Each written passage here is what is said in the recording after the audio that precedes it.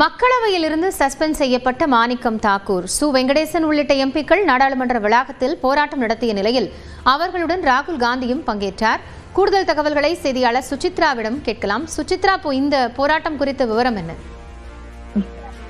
குடியரசுத் தலைவருடைய உரை மீதான விவாதத்தின் பொழுது எதிர்க்கட்சித் தலைவர் ராகுல் காந்தியை பேச மறுப்பு தெரிவித்த நிலையில் அதற்கு கடுமையான ஒரு ஆட்சேபம் தெரிவித்து நேற்று மக்களவையில் கடும் அமளி ஏற்பட்டது. அப்பொழுது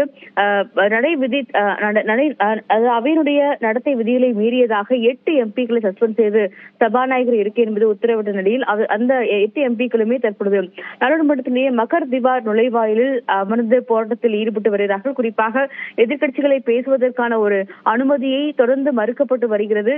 ஜனநாயகத்திற்கு விரோதமான செயலில் மத்திய அரசாங்கம் செயல்பட்டு வருகிறது என்ற ஒரு குற்றச்சாட்டை முன்வைத்து கோஷங்களை எழுப்பியும் தற்பொழுது மக்கர் திவார் நுழைவாயு பகுதியில் 8 எம்பிக்கள் போராட்டத்தில் ஈடுபட்ட நிலையில் தற்பொழுது அவர்களோடு இணைந்து எதிர்க்கட்சித் தலைவர் ராகுல் காந்தியும் போராட்டத்தில் ஈடுபட்டது மிக முக்கியமாக பார்க்கப்படுகிறது.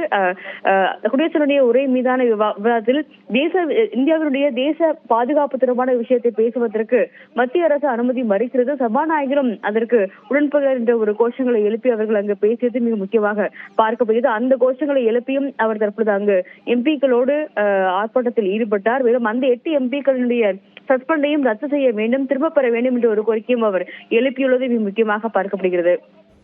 நன்றி சுசித்ரா, அது குறித்த தற்போதைய விவரங்களுக்காக.